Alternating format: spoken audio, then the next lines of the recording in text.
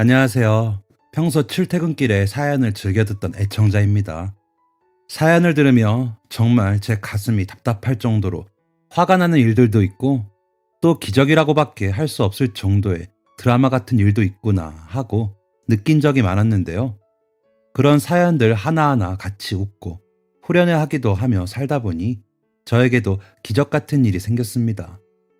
어디에다 자랑을 하고 싶어도 마땅히 얘기할 것도 변변치 않아 익명의 힘을 빌려 이렇게 사연 보내봅니다. 저는 현재 20대 후반의 남성으로 어디에서나 볼 수 있는 그런 특별하지 않은 인생을 살아왔습니다.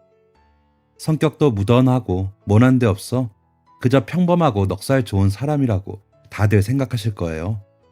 하지만 이런 저에게도 누구에게도 말할 수 없는 상처가 있었습니다. 그건 바로 누가 들어도 혀를 끌끌 찰 정도로 불행했던 어린 시절입니다. 저희 부모님은 제가 돌도 채 되지 않았던 때 이혼하셨다고 해요. 요즘 세상에 이혼이야 흔하디 흔한 일이고 한부모 가정이나 재혼 가정도 흔한 일이니 부모님의 이혼 사실 하나로 제 어린 시절이 불행하진 않습니다. 오히려 마음이 안 맞아 매번 싸우는 부모님 밑에서 자라는 게 더 고통스러운 일일 수도 있죠. 하지만 저희 부모님은 성격 차이가 아니라 어머니의 외도가 이혼의 원인이었다고 해요. 어머니는 저를 낳고 몸조리를 끝내자마자 할머니께 저를 맡겨두고 시장을 갔다 오겠다거나 이웃집 아주머니를 만나고 온다는 거짓말을 하고 항상 집 밖으로 나돌았다고 합니다. 그렇게 거짓말을 쳐 저를 떼놓고 나서는 다른 남자와 외도를 저질렀던 거죠. 외도의 상대는 어머니가 결혼 전에 잠깐 다녔던 공장에서 만난 동료라고 해요.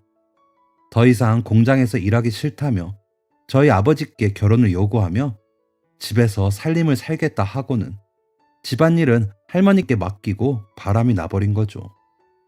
건설 현장에서 일하셨던 아버지는 그것도 모르고 퇴근하고 제대로 푹 쉬지도 못하고 거의 눈만 붙였다가 이른 아침부터 일하러 가시곤 했습니다.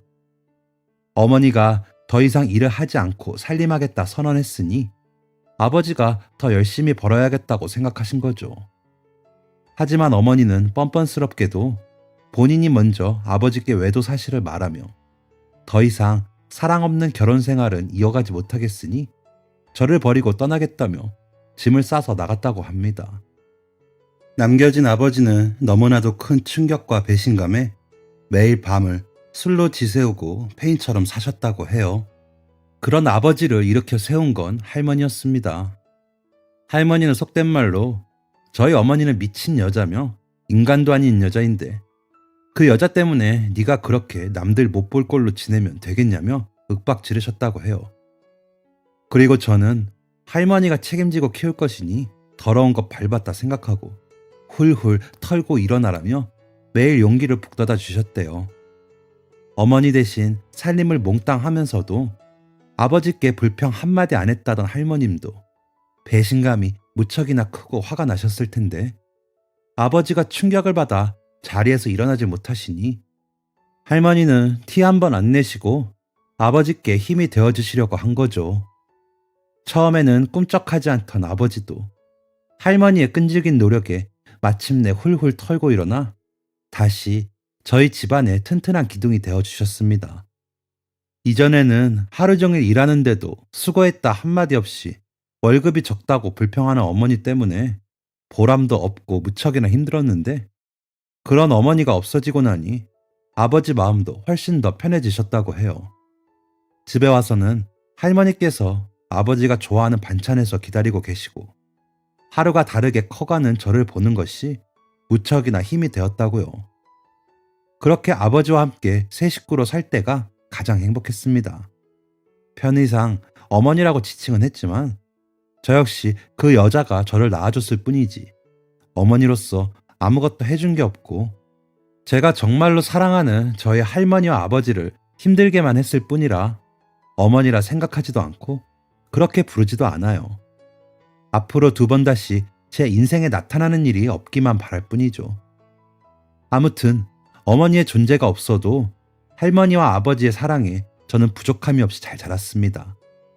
같이 살 때도 어머니가 저에게 어찌나 무관심했던지 어머니라는 여자가 나가고 난 뒤에도 제가 단 한 번도 그 여자를 그리워하거나 찾았던 적이 없대요. 오히려 아버지가 늦게 들어오신다고 보채는 정도였다고 합니다. 제 입장에서도 할머니를 오히려 엄마라고 느끼면서 자랐어요. 형제도 없었고 가정 형편상 유치원도 다니지 못했기 때문에 어린 시절의 저에겐 할머니와 아버지가 전부였죠. 가난했지만 항상 웃음이 끊이질 않는 그때가 가장 행복하고 즐거웠어요. 어릴 때는 영원히 그렇게 세 식구 오순도순 웃으며 살 줄 알았죠. 하지만 하늘은 정말 무심하게도 애써 웃으며 살아가던 저희 가족에게 또 한 번의 시련을 안겨주었습니다. 제가 초등학교에 들어간 지 얼마 되지 않았을 때였어요. 평소처럼 건설 현장으로 출근하신 아버지가 추락 사고를 당했다고 하더군요. 안전모를 착용하고 있었지만 받은 충격이 무척이나 커 중상이라는 이야기를 들었습니다. 그날은 아직도 생생하게 기억이 나요. 평소처럼 학교에서 아이들과 운동장에서 뛰어놀다 수업 시간 종이치고 불이 나게 들어왔는데 담임 선생님이 이상하게 교실에 안 들어오시더군요. 이상하다 생각한 것도 잠시 저희들끼리 긴장이 풀어져 막 장난을 치고 노는데 담임 선생님이 들어오셔서 조용히 제 이름을 불러 복도로 데려갔습니다. 그리곤 아버지가 사고를 당해서 빨리 병원으로 가야 한다며 혹시 가족들 중 데리러 올 수 있는 사람이 있냐고 물어보시더군요. 아침에도 인사를 하고 너무나 멀쩡한 모습으로 출근하신 아버지이기 때문에 사고 소식이 더더욱 비현실적으로 느껴졌어요. 너무 어릴 때라 그런지 아버지의 사고 소식보다는 저를 데리러 올 가족이 없어 아버지를 보러 가지 못한다는 사실이 더 서럽게 느껴지더군요. 제가 울먹이기 시작하자 담임 선생님이 택시를 불러 목적지를 말해주시고 결제도 대신 해주셨어요. 택시를 타고 병원에 가면서부터 점점 상황을 파악했고 덜컥 겁이 나서 눈물이 마구 쏟아지기 시작했습니다. 병원에 도착하니 그 씩씩하던 할머니가 거의 실신 상태로 바닥에 아무렇게나 쓰러져 있었어요. 제가 엉엉 울며 할머니를 부여잡으니 할머니가 귀신이라도 본 듯이 혼이 나간 표정으로 제 얼굴을 잡고 속삭이던 말씀이 아직까지 귓가에 울립니다. 아이고 내 새끼, 우리 지역이 불쌍해서 오야노. 애비야 힘을 내라. 힘을 내서 우리 지역이 학교 졸업하는 것도 보고 장가가는 것도 봐야지. 애비야, 내 아들아, 죽지 마라. 죽지 마. 수술실 앞에 있는 긴 의자에 앉아 할머니는 제가 울다 지쳐 잠들 때까지 저를 안고 그 말만을 반복하시며 기도를 드렸습니다. 하지만 그렇게 열심히 하늘에 올린 기도에도 불구하고 아버지는 혼수 상태로 중환자실에 몇 달을 누워 계시다가 그만 영원히 돌아오지 못하는 길을 가버리셨어요. 그렇게 저에겐 할머니 한 분만 남게 되었습니다. 아버지 장례식 날 어떻게 사람에게서 그렇게 많은 눈물이 나올까 싶을 정도로 많이 우셨던 할머니는 아버지를 보내드리고 오는 길 제 눈을 보고 똑똑히 말씀하셨습니다. 무슨 일이 있어도 제가 성인이 될 때까지는 절대 제 곁을 떠나지 않고 지켜주겠다고 말입니다.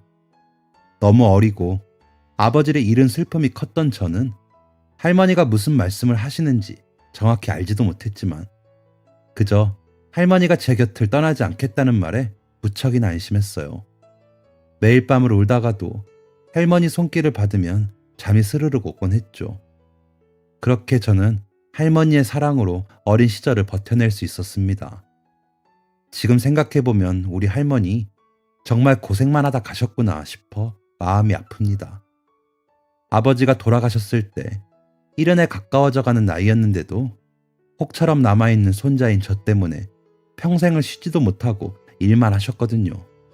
할머니 친구분들 중에서는 자식들 덕분에 편하게 노년을 누리시는 분들도 많았는데 하나뿐인 아들을 앞세우고 한창 자랄 나이인 저를 책임지느라 발 한번 편하게 뻗고 주무신 적이 있으실까요? 할머니는 제가 태어나기 전부터 시장에서 과일을 팔아 아버지를 키우셨는데 저 때문에 그만둘 생각도 하지 못하시고 평생을 과일 장사만 하셨습니다. 그래도 번 돈을 할머니 혼자 쓰셨다면 돈도 꽤 모았을 테니 가게를 하나 얻어 편하게 장사를 하실 수도 있었을 텐데 저 때문에 쓰는 돈이 두세 배가 되다 보니 가게가 갈수록 어려워졌죠. 그 차디찬 시장 바닥에 빨간 소쿠리 하나 놔두고 비가 오나 눈이 오나 과일을 팔며 고생만 하셨고 그렇게 힘들게 버는 돈도 모자라 집에 와서는 동네에서 바느질거리 같은 소일거리 하시며 생계에 보태셨어요. 그렇게 힘들게 일만 하시던 할머니는 정말 거짓말처럼 제가 성인이 된 지 얼마 되지 않았을 때 너무 졸리다며 일찍 잠자리에 드셨다가 다시 깨어나지 못하셨습니다. 저 때문에 일을 너무 많이 하셔 사는 게 고되셨는지 아니면 아버지가 너무 보고 싶으셨는지 제대로 된 효도 한번 해드리지 못했는데 너무나도 빨리 하늘로 가버린 할머니 생각에 저도 따라 하늘로 가고 싶다고 생각할 정도로 힘들었어요. 지금이야 시간이 꽤 많이 흘러 할머니 생각이 나면 가슴이 미어지긴 하지만 일상생활을 할 수 있는데 처음 돌아가시고 몇 년 동안은 정말 힘들었죠. 특히 명절이 되면 갈 곳 없이 집에 홀로 남아있는 그 쓸쓸함이 이루 말할 수가 없었습니다. 어디를 가도 가족 단위로 하하호호 웃고 있는 모습을 보는 게 고통스러워 명절에는 집 밖으로 나간 적도 없었습니다. 울리지 않는 휴대폰을 부여잡고 혹여 할머니께 연락이 올까 하루 종일 누워서 휴대폰만 보고 있던 적도 있었죠. 연락이 오지 않을 걸 당연히 알면서 말입니다. 얼마간 몇 번의 명절을 그렇게 보내다 보니 명절이 다가오기만 해도 스트레스를 받고 너무 힘들더군요. 평소에는 긍정적이고 낙관적이라는 칭찬을 자주 듣는데 명절만 되면 나쁜 생각이 자꾸 들고 아침이 오는 게 고통스러웠습니다. 그렇게 명절을 겨우겨우 버티는데 문득 하늘에서 할머니와 아버지가 제가 이런 모습을 보면 얼마나 마음이 아프실까 하는 생각이 들더군요. 저도 명절이 이렇게 힘든데 저를 놔두고 하늘에 계신 할머니와 아버지의 명절도 제가 망치는 게 아닐까 하는 생각이 들자 더 이상 이런 식으로 살아선 안 될 것 같았습니다. 저도 여기서 뭔가를 잘하고 인생을 보내다 보면 나중에 할머니와 아버지를 만나는 것도 떳떳할 것 같았고요. 당장 그렇게 마음만 먹는다고 달라지는 게 없을 것 같아 내친 김에 휴대폰 번호를 바꿨죠. 마침 약정이 끝나 기계를 교체할 시기가 오기도 했고 이참에 번호를 바꾸고 나면 명절에 휴대폰만 부여잡고 오지 않은 할머니 연락을 기다리지도 않을 것 같다는 생각이 들었어요.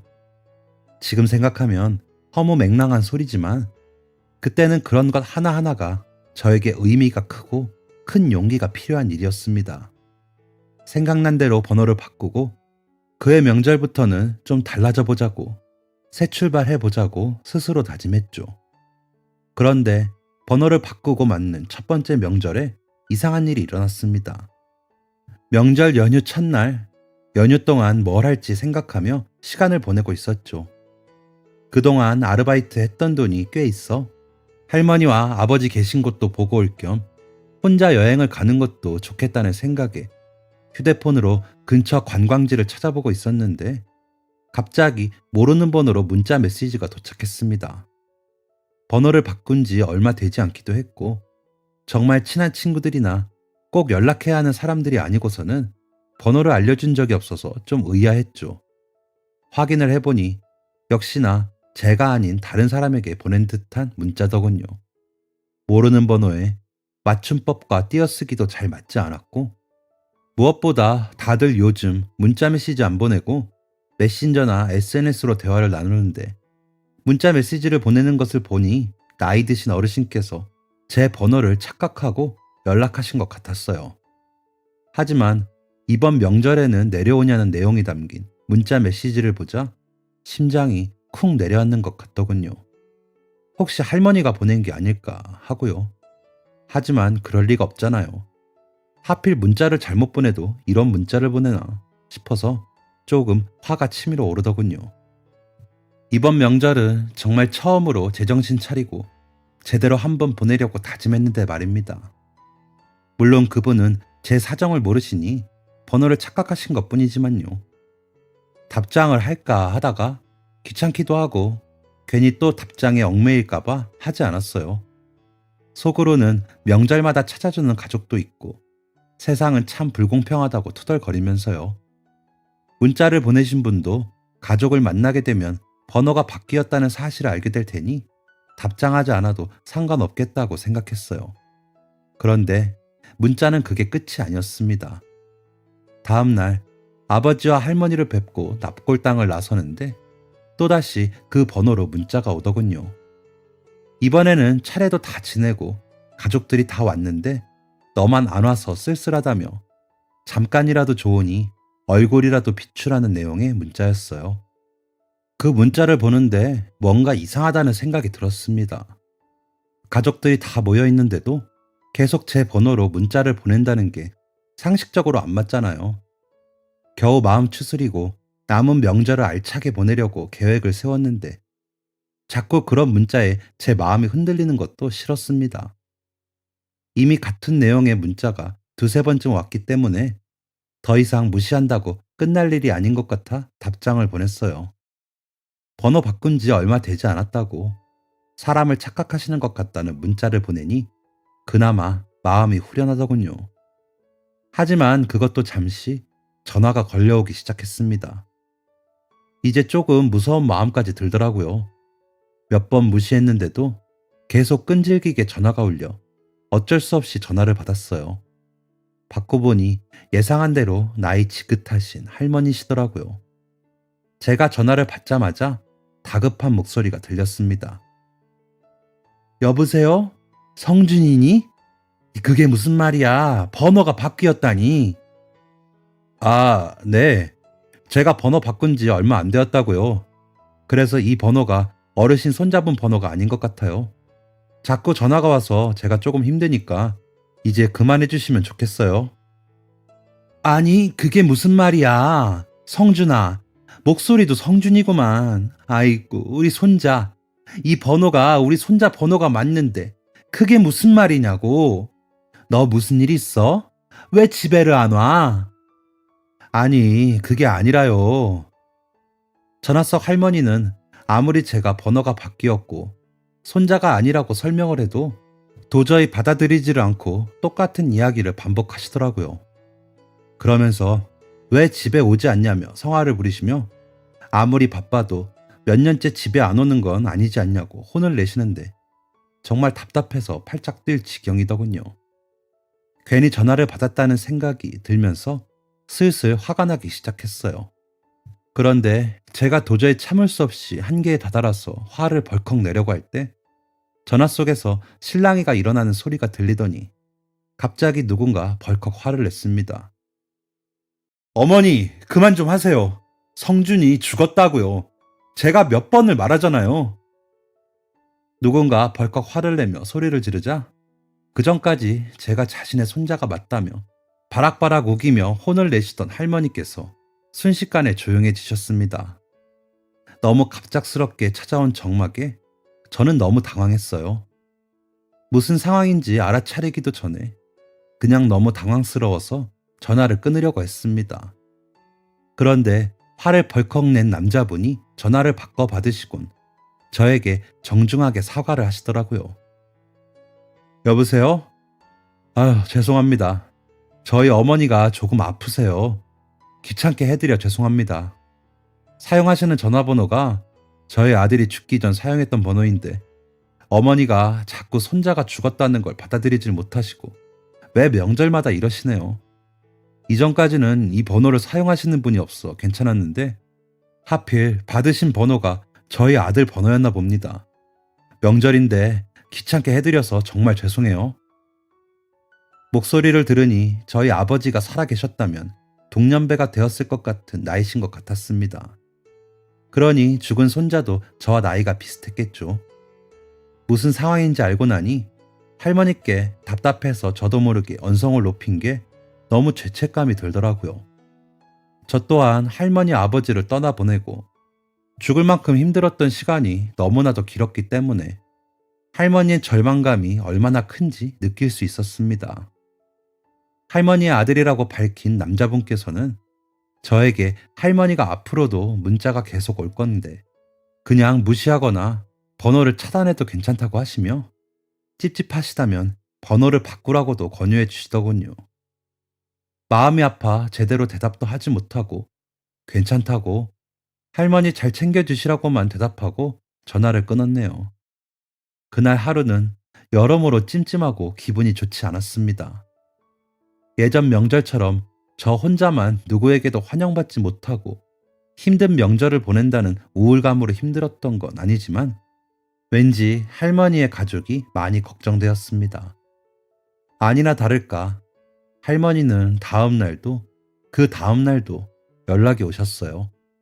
아마 치매 기운이 조금 있으신지 있었던 일을 자꾸자꾸 깜빡하시는 경향이 있으신 것 같았습니다. 할머니의 아들과 전화를 하기 전까지는 마냥 문자가 귀찮고 자꾸 제 마음을 흔드는 것 같아 화가 났는데 상황을 알고 나니 손자가 아니라 문자에 답장을 보내지 못하는 게 너무 죄송하고 마음이 아프더군요. 할머니의 아들분 말씀대로 차단을 할까 생각했지만 마음에 짐이 생기는 기분이라 차마 차단까지는 못하고 그대로 문자를 받고만 있었습니다. 그러다가 문득 이런 생각이 들더군요. 저도 할머니가 그리워 명절을 매번 우울하게 집안에서만 보냈고 여기 계신 할머니는 죽은 손자가 그리워 매번 손자 번호로 문자를 보내시니 저도 할머니께 문자 드린다는 마음으로 답장을 보내면 어떨까 하고요. 그래서 명절이 끝나기 직전 장문의 답장을 드렸습니다. 할머니 잘 지내시죠? 저도 잘 지내요. 이번 명절은 일이 많이 바빠서 못 찾아뵙네요. 그래도 제가 할머니 사랑하는 거 아시죠? 항상 건강 조심하시고 다음에 또 제가 보고 싶으시면 연락 주세요. 언제든지요. 용기를 내어 이렇게 답장을 보내니 잊을만 하면 울리던 휴대폰이 잠잠해졌습니다. 제 마음도 한결 가벼워지더군요. 할머니는 사실 손자 번호로 온 답장이 받고 싶으셨던 것 같았습니다. 저도 할머니께 보낸다는 마음으로 문자를 드리고 나니 마음속에 진 응어리가 많이 없어진 것 같았어요. 그렇게 끝날 줄 알았던 할머니와의 인연은 그 다음 명절에도 이어졌습니다. 어김없이 이번 명절에는 올 수 있냐는 문자를 받았는데도 이전처럼 화가 나거나 심장이 쿵 떨어지는 느낌이 아니라 그저 평온하게 받아들여지더군요. 할머니는 아직 손자를 많이 그리워하고 계시는구나 하고 애절한 사랑이 느껴졌습니다. 그래서 그 명절에도 문자를 드리고 명절 내내 문자를 주고받았어요. 그 뒤로는 오히려 제가 할머니가 신경이 쓰여 명절이 아니라도 어딘가에서 예쁜 꽃이나 하늘을 보면 사진을 찍어 보내드리고 간간히 밥 드셨냐, 감기가 유행이라는데 조심하시라는 내용의 문자도 보내드렸습니다. 얼굴은 뵌 적 없지만 그렇게 문자를 주고받는 기간이 1년 정도 이어지니 정말 저희 할머니처럼 느껴지더군요.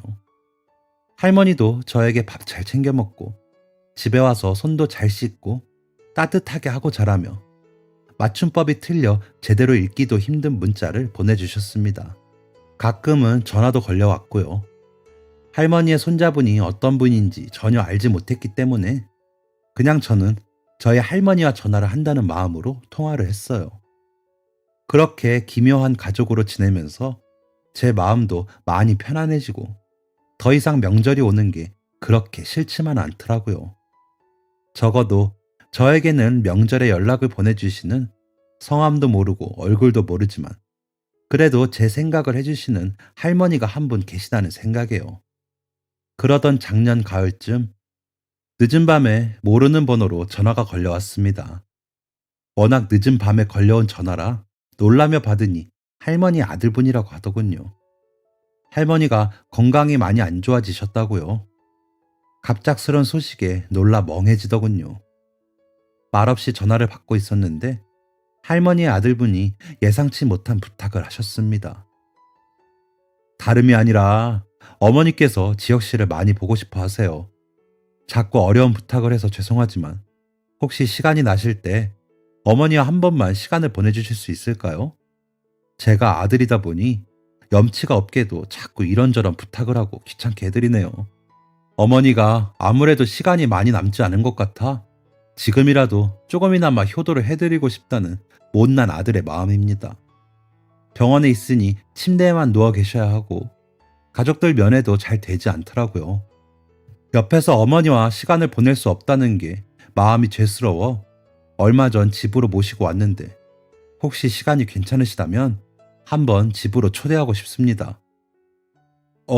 네. 저야 뭐 시간은 낼 수 있는데 사실 할머니께서는 저를 돌아가신 손자분이라고 생각하시고 계시는데 제가 간다고 해서 도움이 될지 잘 모르겠습니다만 혹시 실망을 크게 하시면 어쩌죠? 그게 사실은 어머니도 제 아들이 답장을 보냈는 게 아니라는 건 알고 계십니다. 정말 고맙게도 지혁 씨가 답장을 보내서 어머니의 그리움을 좀 풀어주려 한다는 걸 처음부터 알고 계셨는데 손자가 너무 그리운 마음에 손자라고 생각하고 연락을 주고받으신 것 같아요. 그런데 그런 시간이 많아지니 지혁 씨 생각을 많이 하시더라고요. 우리 성준이랑 나이도 비슷한 것 같은데 어쩜 그렇게 바르고 착하게 잘 자랐냐고. 얼굴도 모르고 이름도 모르지만 참 내 손자 같다며 지금 아프신 와중에도 저희 아들 이름이 아닌 지혁 씨를 찾습니다. 참 고마웠다고 가기 전에 얼굴 한번 보고 고맙다 말 한마디만 하시면 마음이 참 편안해지실 것 같다고 하시네요. 그 말을 들으니 눈물이 핑 돌더라고요. 다음날 바로 찾아뵙겠다 말씀을 드리고 아침 첫 차를 타고 할머니 댁으로 내려갔습니다. 다행히 집과 그렇게 멀지 않은 이웃 지역에 살고 계시더라고요. 빈손으로 가기 뭐해서 작은 주스병 세트를 사서 쭈뼛쭈뼛 들어갔는데 저를 처음 보는데도 가족분들이 모두 저를 반겨주시며 고맙다고 눈물을 글썽거리셨습니다. 방에 누워 계시던 할머니도 저를 보자마자 꼭 안아주시더군요. 자신의 손자와 생김새도 다르고 덩치도 다르지만 선한 눈망울은 똑같이 생겼다면서요. 처음 보는 저에게 바르게 커져서 장하다는 말씀을 하시는데 저희 할머니가 해주시는 말씀 같아 속으로 많이 울컥했습니다. 처음 방문한 집이었지만 마치 고향에 온 것처럼 포근한 마음으로 오랜만에 아주 편하고 즐거운 시간을 보냈어요. 할머니의 며느리분이 푸짐한 밥상도 차려주시고요. 얼마 만에 먹어보는 집밥인지 꿀맛 같더라고요.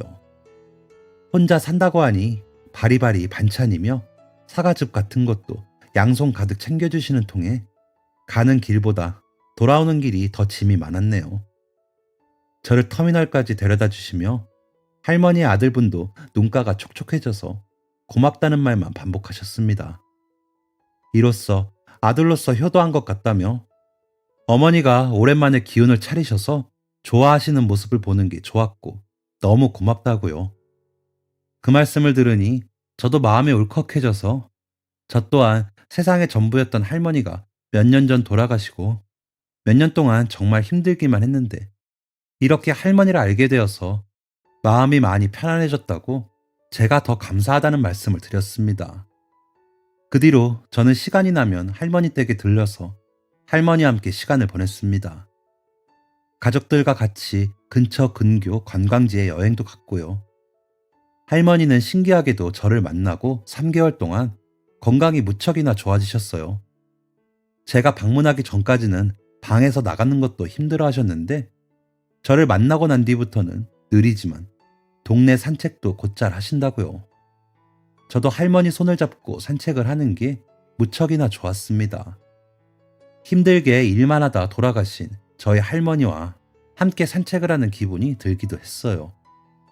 할머니가 힘들어하시면 업고 동네를 천천히 걷다가 들어오기도 하고 유튜브나 인터넷을 뒤져 함께 가기에 힘든 먼 해외의 모습을 보여드리며 방에서 시간을 보내기도 했어요. 그렇게 행복한 시간을 3개월 정도 보내다가 얼마 전 할머니가 영영 돌아가시게 되었습니다. 모두들 준비한 이별이다 보니 갑자기 돌아가신 저희 아버지나 할머니를 보내드리는 것처럼 힘들진 않았어요. 오히려 많은 추억을 쌓을 수 있게 마지막 힘을 내주신 할머니께 다들 고마워하는 마음이었죠. 하지만 할머니를 보내드리고 돌아오니 마음이 무척이나 텅 비더라고요. 그래도 예쁜 것 보고 맛있는 것 먹고 무엇보다 명절이 오면 연락을 드릴 수 있는 분이 계셨는데 저는 다시 홀로 돌아가게 되는 거잖아요. 마음이 많이 쓸쓸했지만 그래도 가끔 꺼내볼 추억이 생겼다는 것에 감사하며 살아가려고 했어요. 그런데 할머니 아들분께서 앞으로도 명절에 같이 와서 시간을 보내자고 하시더라고요. 본인 가족도 아들이 갑작스럽게 죽고 힘들게 지냈는데 제가 와서 한동안 행복했다고요. 명절에 따로 할 일이 없으면 와서 밥이라도 먹고 가라는 따뜻한 말씀에 염치도 없이 감사하다고 덜컥 받아들였습니다. 아마도 저는 아직 가족의 품이 많이 그리운 것 같습니다. 그렇게 잘못된 번호로 생겼던 해프닝이 저에게 새로운 가족을 만들어주는 연결고리가 되었네요. 이번 설날 저는 명절 연휴가 시작되자마자 저희 아버지와 할머니를 뵌 뒤 바로 할머니 댁으로 갔습니다. 할머니의 가족분들과 같이 차례도 지내고 가족 앨범도 구경하며 시간을 보냈어요. 할머니 말씀대로 할머니의 손자분은 저와 외모가 아예 다르게 생겼는데 눈이 좀 비슷하게 생긴 것 같더라고요. 할머니의 젊은 시절도 무척이나 고우시더군요. 그렇게 웃으며 시간을 보내고 맛있는 밥도 잔뜩 얻어먹고 집에 돌아가려고 하는데 할머니의 아들분께서 저를 조용히 안방으로 부르시더군요. 무슨 일인가 하고 갔더니 장롱에 보관되어 있던 오래된 보석함을 꺼내 그 안에 든 금팔찌, 목걸이를 제게 건넸습니다. 팔찌는 할머니가 항상 하고 계셨던 유품이었고 목걸이는 할머니가 애지중지 아끼시던 보물이라고 하시더군요. 할머니가 돌아가시기 전에 저에게 이 물건들을 물려주고 싶어 하셨다고 유품이니 받아달라는 말씀에 저는 펄쩍 뛰었습니다. 아니요. 그렇지만 저는 할머니께 딱히 해드린 것도 없고 받을 자격이 없는데요.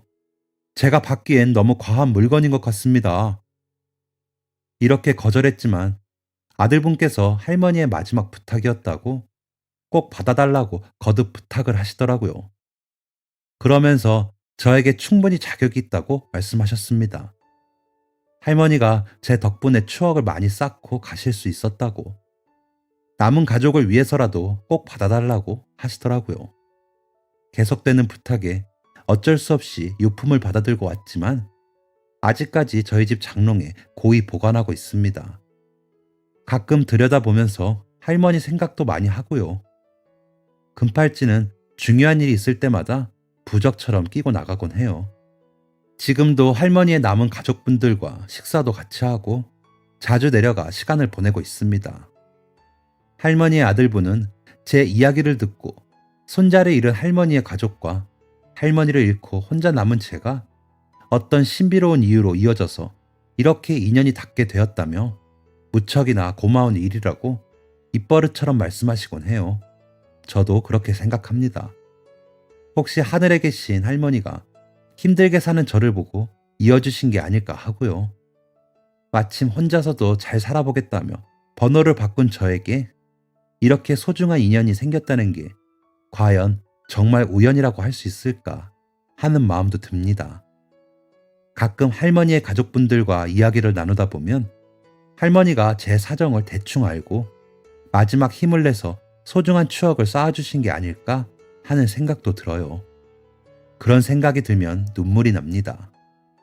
제가 저희 할머니께 못해드린 한을 대신 저와 시간을 보내주시면서 풀게 해주시려고 그렇게 마지막 힘을 짜내 저와 시간을 보내주신 게 아닐까 하고요. 무엇이 어떻게 되었든 저는 우연히 이어진 이 소중한 인연의 끈을 끝까지 놓지 않을 생각이에요. 나중에 하늘에 가게 되면 저의 할머니, 아버지, 그리고 이번에 돌아가신 새로 생긴 할머니께도 부끄럽지 않은 훌륭한 사람으로 나타나고 싶습니다. 앞으로 열심히 노력해야겠죠. 지금쯤은 하늘에 먼저 가 계신 저의 할머니와 만나셨을 수도 있을 것 같아요. 그동안 감사했다는 말 직접 전할 수 없어 여기에 대신 보내봅니다.